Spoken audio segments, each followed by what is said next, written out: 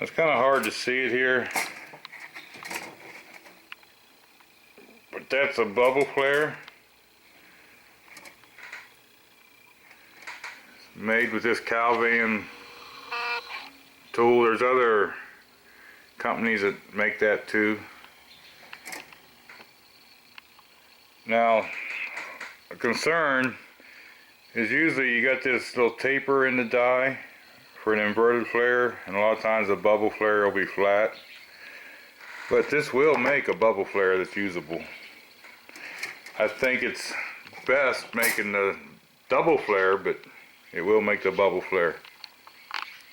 Okay, just in case you're wondering what this center piece looks like, the center bolt on this flaring tool, it's the same as a regular flaring tool, just has the 45-degree taper end on it. Just screws in here and is held in place. Okay, now this the same as any other flare you're going to make. You want to make sure that this edge is clean. There's no burrs in here. Deburring tool. Anything you want to use, just make sure there's no burrs. I also just like to take a file and just make sure there's nothing around that edge. The burrs will knock off really easy. Now, if you'll notice on these, the regular inverted flare, you only stick the line out of the die just a little bit to that first ledge. The silver ones here for the bubble flare, if you'll notice, this ledge is a lot bigger. So we're going to have a lot more lines sticking out. But you do the same as you do for a bubble flare. You're going to put this on here. You're going to line this up until the same amount of line sticks up to that first shoulder on the bubble flare. Then we're going to tighten these Allens down.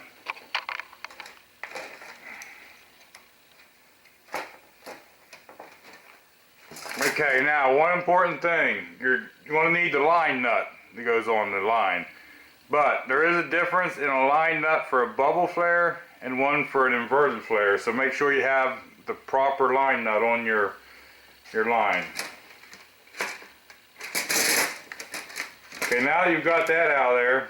What I like to do, this is just brake fluid in my little cap here.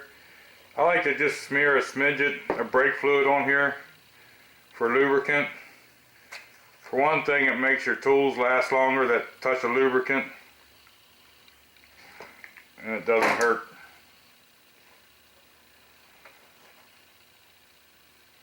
I should have put a little more in there, but I mean, you just don't have to make a mess going crazy lubricating. And, you know, and a lot of times you can do this without even lubricating. You just makes everything a little easier to go if you use some brake fluid on it.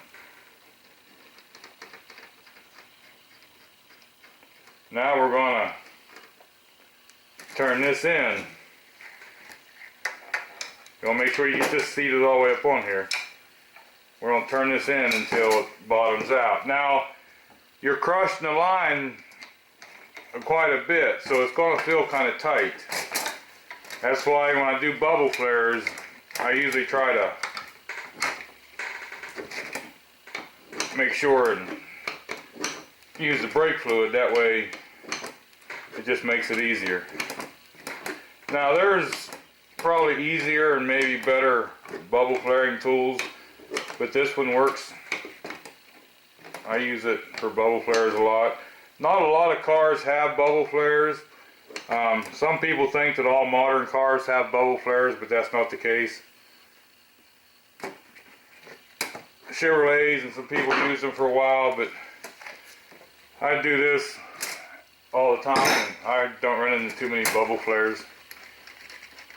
And there are adapters that you can screw into like the wheel cylinder or wherever you don't put the line in, that'll make it from a bubble flare to a regular inverted flare too, so keep that in mind. Now this really crimps that line, so sometimes it's hard to get this ear out of there. And my brake fluid, so I'm going to get me a little pair of pliers and turn this around. Just make sure not to work it back and forth because you don't want to break that little ear off on the line. It's really important on how much line you got sticking out. And the case here could be also that I might have had just a little bit too much line sticking out, and it really makes it crimp in on that center.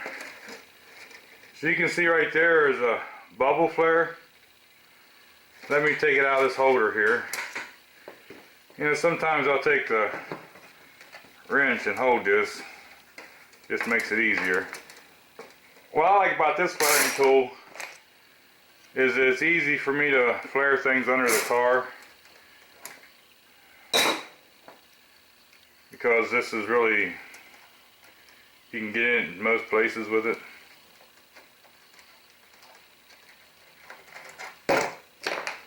So right there is our bubble flare.